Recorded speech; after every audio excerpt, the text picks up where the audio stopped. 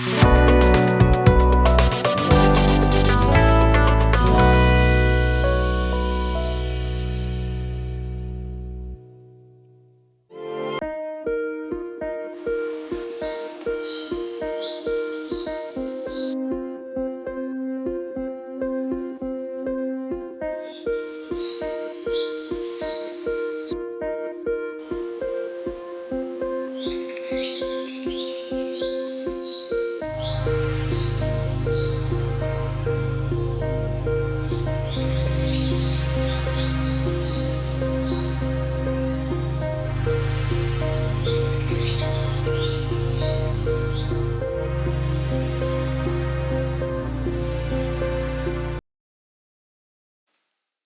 जीशु ख्रीष्ट अति बहुमूल्य नाम संपर्क इंडिया द्वारा प्रस्तुत कार्यक्रम नुआ सकाल आशारे मुझे स्वागत जनाए।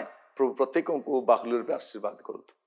आज जो प्रसंग में प्रभु वाक्य शुणा प्रसंग शीर्षक है कौ कथा भल कथा।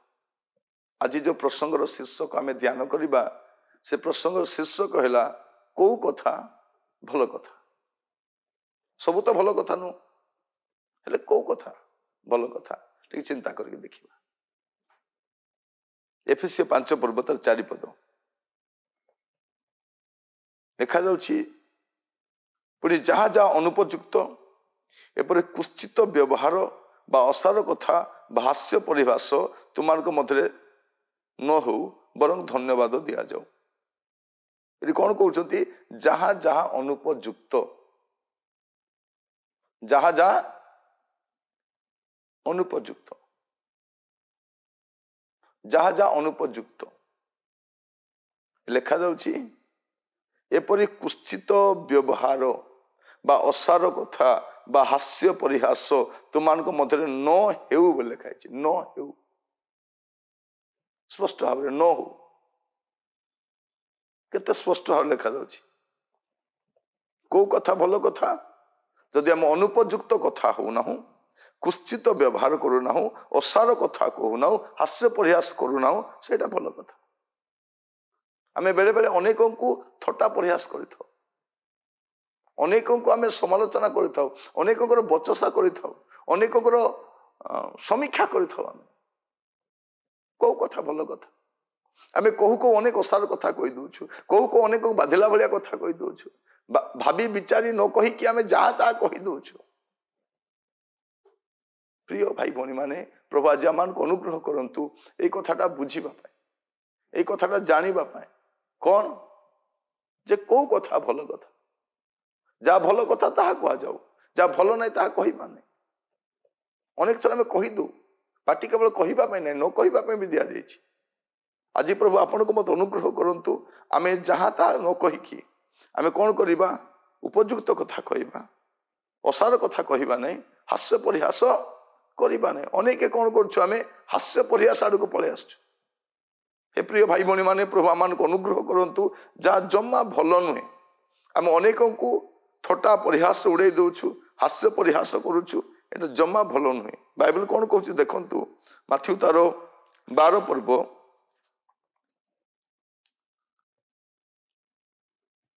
तार 36 और 37 मु तुम कहूँ मनुष्य माने जेकोसी असार कथा कहती कि कथा जेकोसी असार कथा कहती विचार दिन से माने उत्तर देवे एबे उत्तर देवे नहीं एबे उत्तर देवाई पड़ू ना।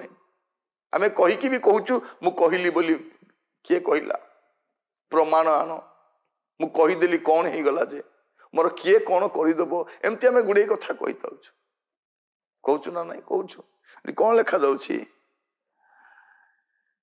मनुष्य माने जेकोसी असार कथा कहती विचार दिन से उत्तर देवे जेणु तुम वाक्य द्वारा तुम्हें निर्दोष तुम वाक्य द्वारा तुम्हें दोषी बोली प्रमाणित हम।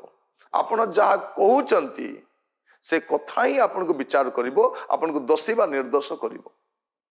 तेणु कौ कथा भल कथा आपण जानिछंती आज पर ठारू कहिला बेलकु सावधान कहिबे लेखिबे प्रकाश करिबे जणैबे सावधान याडू सियाडू कहतु। प्रिय भाई भौणी माने मु प्रभु को दास भाव में आपण मान को कहूँ କୋଉ କଥା ଭଲ କଥା, ଅସାର କଥା ନୁହଁ, ହାସ୍ୟ ପରିହାସ ନୁହଁ, ସମାଲୋଚନା ନୁହଁ। ଲୋକମାନଙ୍କର ପଛରେ ଆମେ ଗୁଡ଼ାଏ କଥା କହିଥାଉଛୁ, ଚୁଗଲି କରିଥାଉଛୁ, ତା ଭଲ ବିଷୟ ନୁହଁ। କୋଉ କଥା ଭଲ କଥା, ଭାବି ବିଚାରି କଥା ହୁଅନ୍ତୁ, କାରଣ ଆପଣଙ୍କର କଥା ଦିନେ ବିଚାରିତ ହେବା ପାଇଁ ଯାଉଛି। ମୁଁ ଯାହା କହୁଛି ତା ଦିନେ ବିଚାରିତ ହେବା ପାଇଁ ଯାଉଛି। ଏଇ କଥା ଭାବିକି ଆମେ କଥା ହେଲେ ଭଲ। ପ୍ରଭୁ ଆମମାନଙ୍କୁ ଅନୁଗ୍ରହ କରନ୍ତୁ। ଅନେକ ବଡ଼ ଲୋକ କହିଦିଅନ୍ତି, ଲୋକମାନେ କୁହନ୍ତି ସ୍ୱର୍ଗକୁ ନିଶୁଣି ନାହିଁ, ବଡ଼ ଲୋକକୁ ଉତ୍ତର ନାହିଁ। ମାନେ ବଡ଼ ଲୋକ ଯାହା ବି କହିଲେ ଚଳିବ। କୋଉ ବଡ଼ ଲୋକ? ବଡ଼ ଲୋକ ତାର ଭଲ କଥା ଦ୍ୱାରା ପ୍ରକାଶ ପାଏ। ବଡ଼ ଲୋକ ଇଆଡ଼ୁ ସିଆଡ଼ୁ କୁହନ୍ତି ନାହିଁ, ଯାହା ତାହା କୁହନ୍ତି ନାହିଁ। ଅନେକ ଲୋକ ଭାବିକି କୁହନ୍ତି, ଆଉ ଅନେକ ଲୋକ କହିଲା ପରେ ବି ଭାବନ୍ତି ନାହିଁ। ଆମେ କଥା ଆରେ ସେ ଏତେ ବଡ଼ କଥା କେମିତି କହିଦେଲେ, କହିକି ବି ଭାବନ୍ତି ନାହିଁ କେତେ ଜଣ।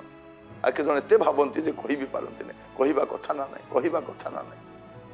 ତେବେ ଲେଖାଅଛି, ହେ ପ୍ରଭୁ ମୋର ମୁଖ ସମ୍ମୁଖରେ ପ୍ରହରୀ ନିଯୁକ୍ତ କର, ଯେପରି ମୁଁ ଇଆଡ଼ୁ ସିଆଡ଼ୁ ନ କୁହେ। ପ୍ରଭୁ ଆଜି ଆମମାନଙ୍କୁ ଅନୁଗ୍ରହ କରନ୍ତୁ। ପ୍ରାର୍ଥନା କରିବା, କାରଣ ଆମର କଥା ଦିନେ ବିଚାରକୁ ଯିବ। ତେଣୁ କୋଉ କଥା ଭଲ କଥା ଜାଣିକି କହିବା, ପ୍ରାର୍ଥନା କରିବା। ଅନୁଗ୍ରହକାରୀ ପିତା ପରମେଶ୍ୱର ଆପଣଙ୍କୁ ଧନ୍ୟବାଦ ଦେଉଛି। ପ୍ରଭୁ ବାକ୍ୟ ଧ୍ୟାନ କରିବା ସମୟରେ ଆମେ ପ୍ରତ୍ୟେକ ଆପଣଙ୍କ କତିରେ ସମର୍ପିତ ହେଉଛୁ। ଆମମାନଙ୍କୁ ଦୟା କର, ପାପ ଯୋଗ୍ୟତା ସବୁ କ୍ଷମା କର, ସହିତ ରହି କଢ଼େଇ ନିଅ ପ୍ରଭୁ। କରୁଣାମୟ ପରମେଶ୍ୱର, ୟା ପରେ ଆମେ ଯାହା ବି କଥାବାର୍ତ୍ତା କରିବୁ ପ୍ରଭୁ, ଆପଣଙ୍କୁ ସନ୍ତୁଷ୍ଟ କଲା ଭଳିଆ କଥା ହେବୁ। ଅନ୍ୟର ପ୍ରଭୁ ନିଷ୍ଠା ଜନ୍ମାଇଲା ଭଳିଆ, ଅନ୍ୟର ଆଶୀର୍ବାଦର କାରଣ ହେଲା ପରି ଆମେ କଥା କହିବେ ପ୍ରକାର ଅନୁଗ୍ରହ କର। ଅତୀତରେ କରିଥିବା ତ୍ରୁଟି ଗୁଡ଼ିକ ପାଇଁ ଆମେ କ୍ଷମା ଚାହୁଁଛୁ ପ୍ରଭୁ, ଆମମାନଙ୍କୁ କ୍ଷମା କରନ୍ତୁ। ଆଦର ମହିମା ଗୌରବ ଆପଣଙ୍କୁ ଦେଇ ପ୍ରାର୍ଥନା ମୋର ପ୍ରାଣର ପ୍ରିୟ ଯୀଶୁଙ୍କ ନାମରେ ମାଗିଲି, ଆମେନ୍ ଆମେନ୍। ପ୍ରଭୁ ଆପଣମାନଙ୍କ ପ୍ରତ୍ୟେକଙ୍କୁ ବାହୁଲ୍ୟ ରୂପେ ଆଶୀର୍ବାଦ କରନ୍ତୁ। ନମସ୍କାର।